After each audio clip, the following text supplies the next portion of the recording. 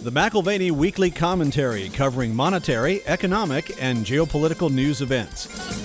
Gold is sobriety in a world drunk on credit. Credit markets are where the action will be. Maybe that's over the next 2 to 3 years, not necessarily the next 2 to 3 months. But the downstream implications that stem from a credit bubble bursting will be like a flood. Very difficult to contain. Now here are Kevin Orrick and David McIlvaney. Welcome to the McIlvaney Weekly Commentary. I'm Kevin Orrick along with David McIlvaney. David, yesterday I was talking to a client in North Carolina, and it's tragic in some places what happened in North Carolina, and then there's other places that were relatively unaffected. The higher elevation, and my client was in the higher elevation. But what we're seeing right now in real time in the physical world, there seems to be an analogy to that, doesn't there? You've been talking about the debt problem, and we just heard Morgan talking about the debt problem. It seems to me like there's a flood coming, and that is something that we can predict ahead of time. I have a picture on my phone of a little picnic with my family, and it was in Asheville a year and a half ago. We were looking for colleges for my oldest, and we stopped off at this little arts community and lots of things, almost like a flea market and art gallery combined. We're sitting there, and off in the distance is this big mural about 2 stories high of Ruth Bader Ginsburg. And I look at these pictures from Asheville just a few weeks ago, and that entire complex was underwater. Entire complex. Wow. And, from the picnic where you don't think that something like that can happen to looking in shock that, wait a minute, that's the tree. That's the tree we sat under. And you can see just the tippy top of the tree. Well, and the problem that you have with something like that, anytime you have an enormous deluge like came through, the dams are the things that you have to worry about, because you don't just get the water that came at the time, but you get all the water that's been stored going backwards. Yeah, a few weeks back, I watched a video that recapped those floods. And one I found fascinating to watch was, I think it has a debt market corollary. Dam nearly overflowing. It's a trickle of water, finding a weak spot through which to run. It went from a trickle to a flood as the dam itself was eroded and then blew out. And downstream, there's nothing that could be done. So as I think about the debt markets, the downstream implications that stem from a credit bubble bursting, very much like a flood. It's difficult to contain. Join us this Thursday. Doug Nolan and I will discuss late cycle bubble fragilities. This is our quarterly tactical short call. That's 2 p.m. Mountain Time. Register for the call. I think you'll need these insights pre-election. Dave, we've often talked about, when you were doing triathlon very regularly, about having in reserves. You have to have reserves toward the end of the race, especially like a matchbook. We talked about the analogy. You get 24 matches in a matchbook. You don't want to burn them all right off the bat. But I look at our debt. Again, Morgan just gave us our latest update, and this is the year we've talked about the interest on our debt exceeds what we pay for the military. And then next year, it's going to exceed what we pay for on Social Security.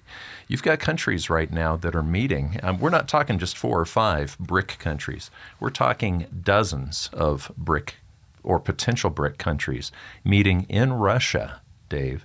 Could they be discussing a critical breach in the dam that they think might be triggered? Yeah, Barron's did a great write-up on the 25th. China, Russia, Brazil want to demote the dollar. Gold is the answer. That was the title of the Barron's article. And they're looking at this sort of post-World War II situation where the dollar's been the world's reserve currency, and 80% of international contracts are priced in dollars. We've seen some demotion in terms of its reserve status. In the last 25 years, it's gone from 70% of global central bank reserves to about 60% now. And the conjecture is that could slip to 40, 45% over time. So you've got the BRICS summit hosted in the Russian city of Kazan. It was attended by the 9 current member countries and 36 other, call them BRIC curious country representatives, 22 of which were heads of state. And I think one can look at this and be either hyperbolic on the one hand or even dismissive. But the BRICS gathering to consider our currency's demise, it's worth considering. I don't want to be either hyperbolic or dismissive.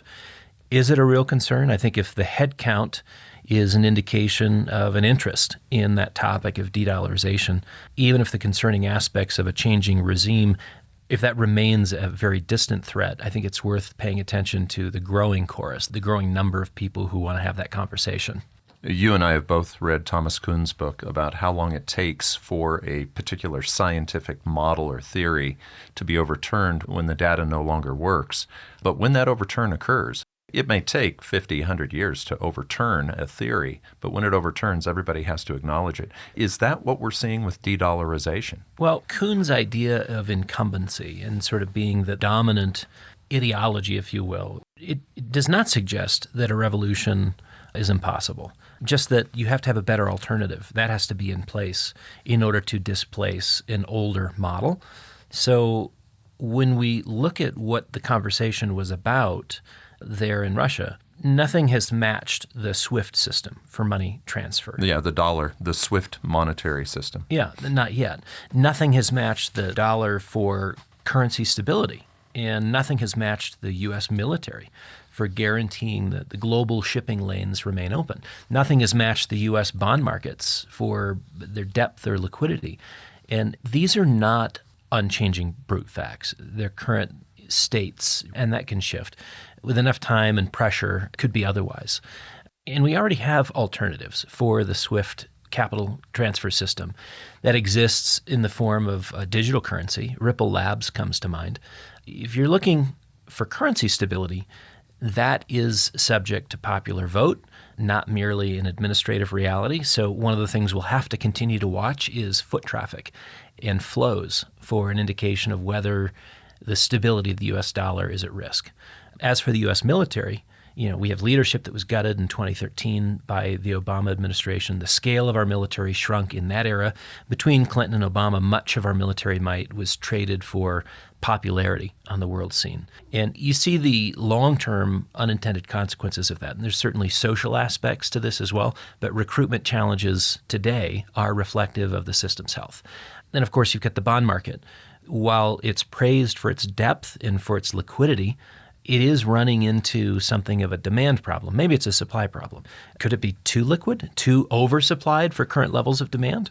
I just wonder about what could accelerate this transition. We brought up Thomas Kuhn and scientific revolutions, but in chemistry, you can have two chemicals that react with each other, and then you add a third, a catalyst, and it can accelerate that reaction. We talk about that with platinum, catalytic converters. Platinum is a catalyst for making a reaction like that occur. What would you consider an accelerator or a catalyst on de-dollarization? Certainly more aggressive sanction regimes. And that is something that's still being discussed. The U.S. Treasury would like to put on another round of sanctions on Russia. But yeah, what could accelerate a rethink of the dollar's global role? I would have to think a more aggressive sanctions regime. And it's not merely the affected countries. I think this is what we have to learn from 2022, but it's the observant bystanders that would no doubt be influenced by a further flexing of the U.S. Treasury muscle and be forced to reconsider their own exposure to the U.S. dollar and U.S. dollar assets. And it's the bond market that today finances our way of life. It's the bond market that allows for political promises, large and small. It's the bond market that pays for military hardware and salaries. And so to face problems in the bond market is really to face problems in all of the areas just mentioned. Dave, a good friend of ours, sent me a video last week. Paul Tudor Jones was talking about this very thing and the situation that we just cannot continue to pay our debt. And the person interviewing him basically said, "So what are you saying, gold?" And he was like, yeah, gold. He talked about raising taxes, having to cut back fiscal spending. There were things that he was talking about for the system, but he also was looking at that and he's going, you know what we have seen in the past that has worked does not look like it's going to work in the future. And this was the conclusion that we came to in conversation with Charles Goodhart over dinner. And it was that this is a really good time to own gold. He kind of looked over at me and leaned in and said, "You're in the right business."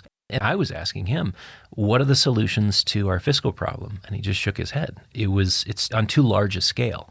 So just as Paul Tudor Jones and Stanley Druckenmiller we mentioned last week, you've got other leading hedge fund billionaires placing bets against the U.S. Treasury bond market for reasons that are frankly obvious to an accounting novice. One might assume that this gaggle of global decision makers gathered for last week's Brics forum They're looking at U.S. dollar pressure in the bond market, maybe an imminent devaluation. Would that be a motivating factor? I don't really think that U.S. dollar devaluation is the nub of it. It's not the issue. The currency is an effect. It's an after effect. I think more to the point, the bond market is the cause. If we have currency weakness, wouldn't that likely follow on the heels of a bond market capitulation, which requires monetization of U.S. debt on a scale never seen in U.S. history? You know, I think, Dave, about that dam analogy that you were using. And a dam stores an amazing amount of water, but you also have flow from that dam. Now, once you lose that dam, once that dam breaks, I mean, we've got Nighthorse, the dam that's up here. If Nighthorse breaks and just wipes out the town, we also no longer have a water supply going forward. You have to come with something different to get your flow of water. Well, I think we're all familiar with the criticisms of the quantity of debt. Even U.S. Treasury Secretary Janet Yellen this last week was saying, look, yep, it's too much. We need to control our fiscal deficits. So again, the criticisms of the quantity of debt we have and the questions about its sustainability, those are reasonable for sure. But at the interests of the BRIC countries, I don't think they're centered on sort of a snapshot issue. They're wanting to shift liquidity flows globally. It's not just, hey, there's a debt problem.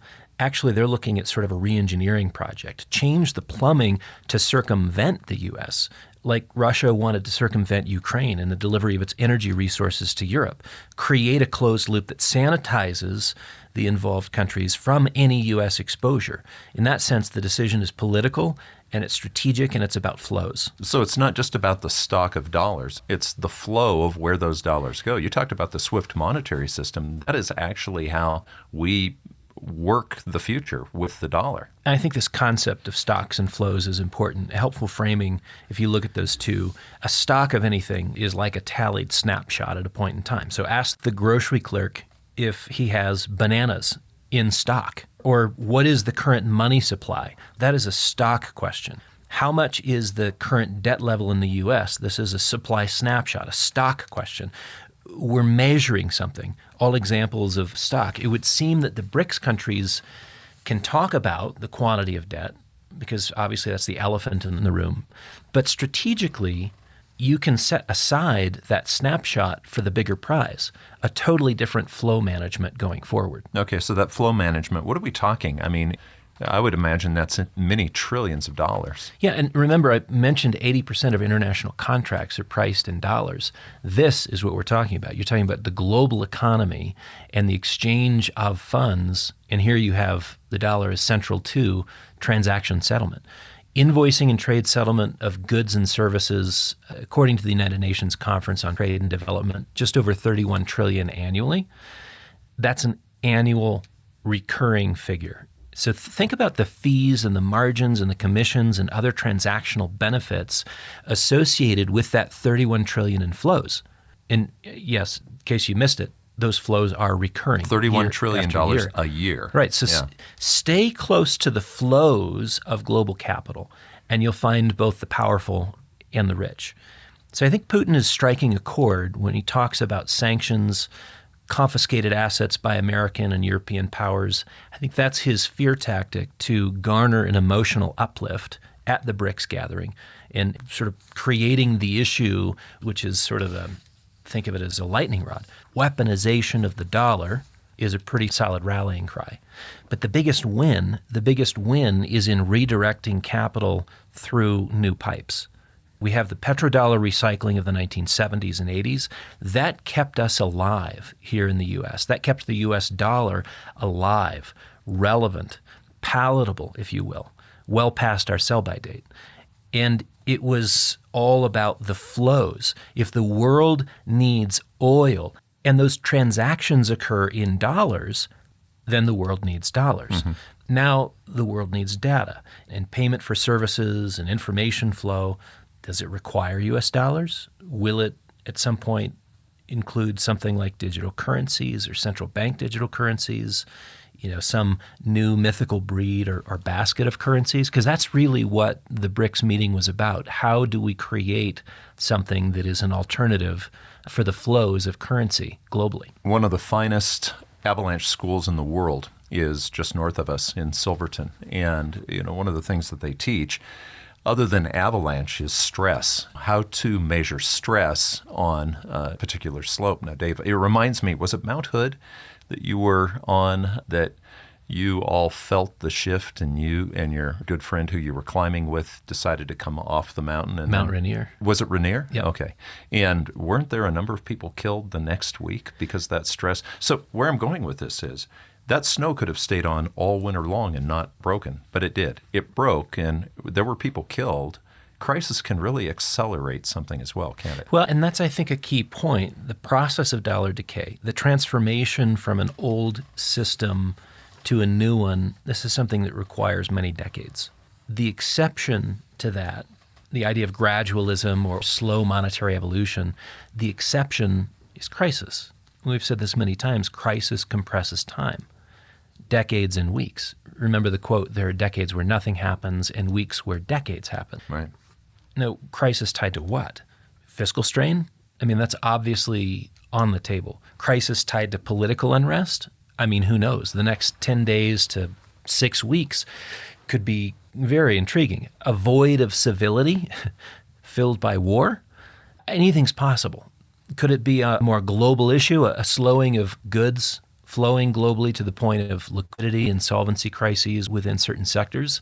Or sort of go down the road a bit? We have some crisis in the bond market and then a QE backfire that turns stable dollar holders to complete dollar dumpers. Well, and what if it has nothing to do with the financial markets? It's interesting, after 38 years of working here, my wife, she'll see something happen geopolitically, and she'll say, wow, the financial markets are going to be affected today. And I had to tell her over the last 10 or 12 years, geopolitical events have zero effect on the financial markets, as if they've separated.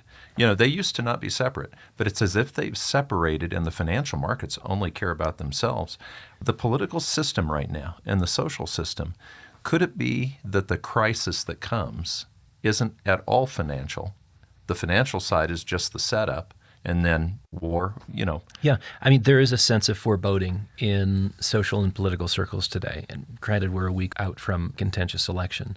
And none of that foreboding in the social and political realms is reflected in the financial markets today. We're dancing as high as you can imagine, new all-time highs in many of your equity indices.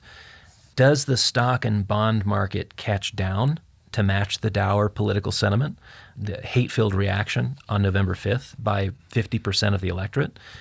The trickle of demand for alternatives to the U.S. dollar, what causes a flood? What causes a deluge of interest into U.S. dollar alternatives? We've got gold, which is now a beneficiary from this global discontent. I mentioned the Barron's article. China, Russia, Brazil want to demote the dollar. Gold is the answer. That's the title from October 25th. Bitcoin, too, was much discussed at this Brics soiree. You've got this global skepticism of the status quo, which is growing, but trigger recession or depression, and I think you begin to see the confidence dominoes begin to fall one after the other.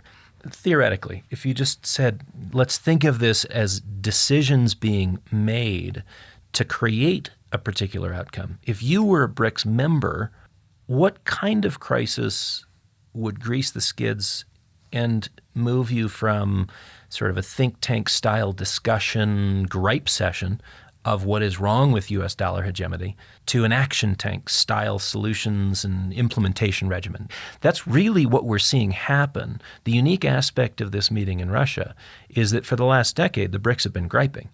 Now they're planning. And those are two very different things. It's one thing to lodge a complaint and say, hey, I don't think this is fair. My version, my definition of social justice is not being met. Expectations are not being met. Something's got to change. Now they're defining change. So if they are sensing that there is a weakness in the system, which, it's everywhere, sometimes history can be helped. We've seen each of the world wars start with actions where you go, that was really interesting timing for the United States to have to enter World War II. Or Druckenmiller, you brought him up last week. Druckenmiller and Soros helped history along when they broke the Bank of England. Could that happen with a collusion of some of these hopeful Brics, or current Brics. Yeah, if that sounds too conspiratorial, bear in mind that conspiracies are nothing more than common interests around common objectives. Right. That's it. So, I mean, we see that sometimes our kids have an agenda and they want to present something at the next family meeting. Yeah. Don't tell mom and dad, let's do it this way. That's right. There's a conspiracy afoot. Yeah. And so, the Brics meeting, it meets the definition of conspirators designing a currency assassination attempt. Where we're most vulnerable, where we are unguarded, is in the bond market. The elephant in the room is a rather large target. Debt summing to 36 trillion today, racing towards 50 trillion at a 2 trillion annual clip. A recession which would make things worse. As you mentioned earlier, we've gone from the second largest line item, that is interest, is now the second largest line item, to being in 2025 the first largest line item, that is more than Social Security. We'll spend more in 2025 on interest than on Social Security. Let that sink in and just realize that we're not the only ones who see it and who get it. So when we talk about those line items, let's just think this through for a minute. Okay, the military, interest is already exceeding. That's one of our largest line items.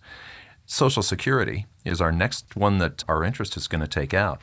You've got Janet Yellen right now saying we absolutely have to cut fiscal spending. So what do you do? I mean, how do you cut the military right now when you've got the war drum sounding? How do you cut Social Security?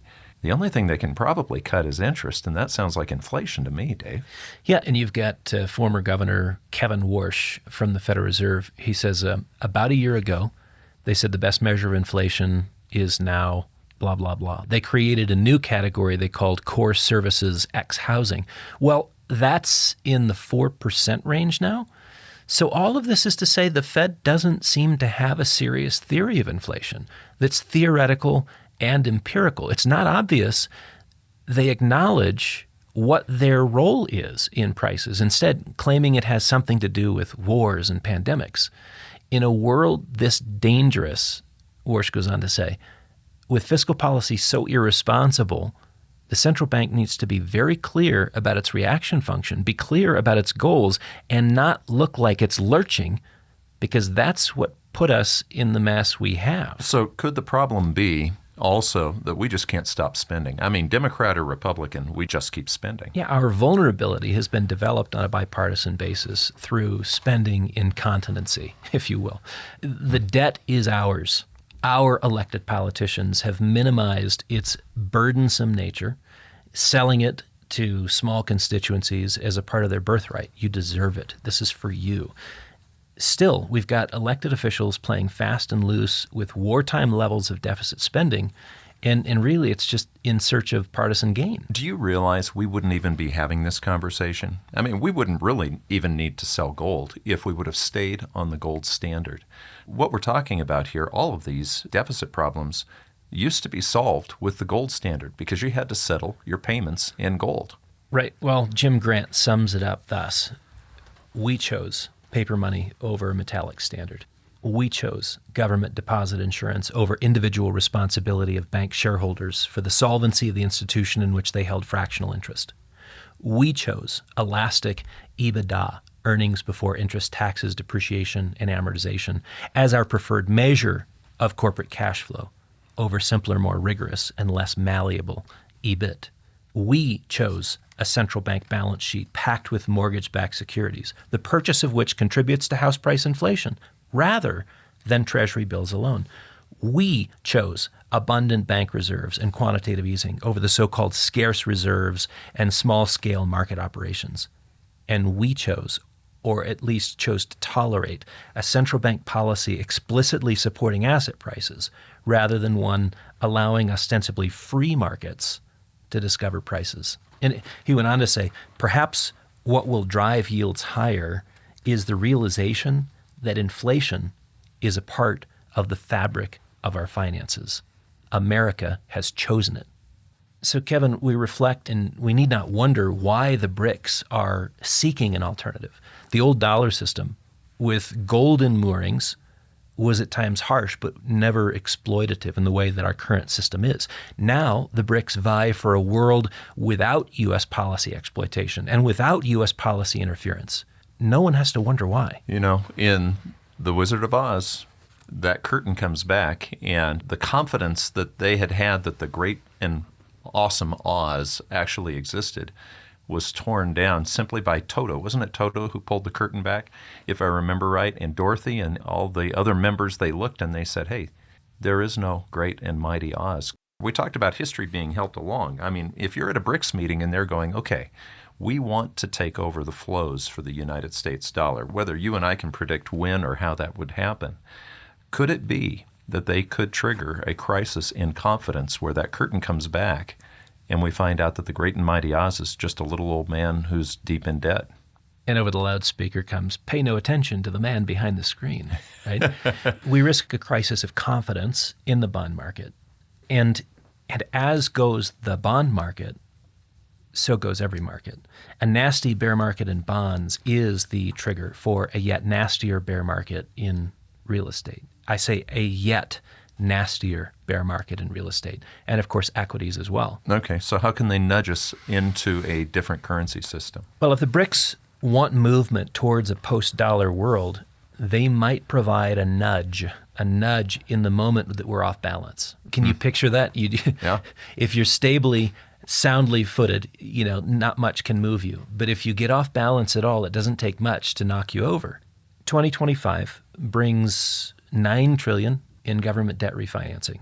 It's a healthy supply of bonds that needs buyers. And that's alongside the fresh deficits that require financing. Gillian Tett notes in her article in the Financial Times over the weekend that they're boosting auction sizes by some 30%. So a buyer's strike of any kind, even at the margins, could be sufficient for the U.S. bond market to be off balance.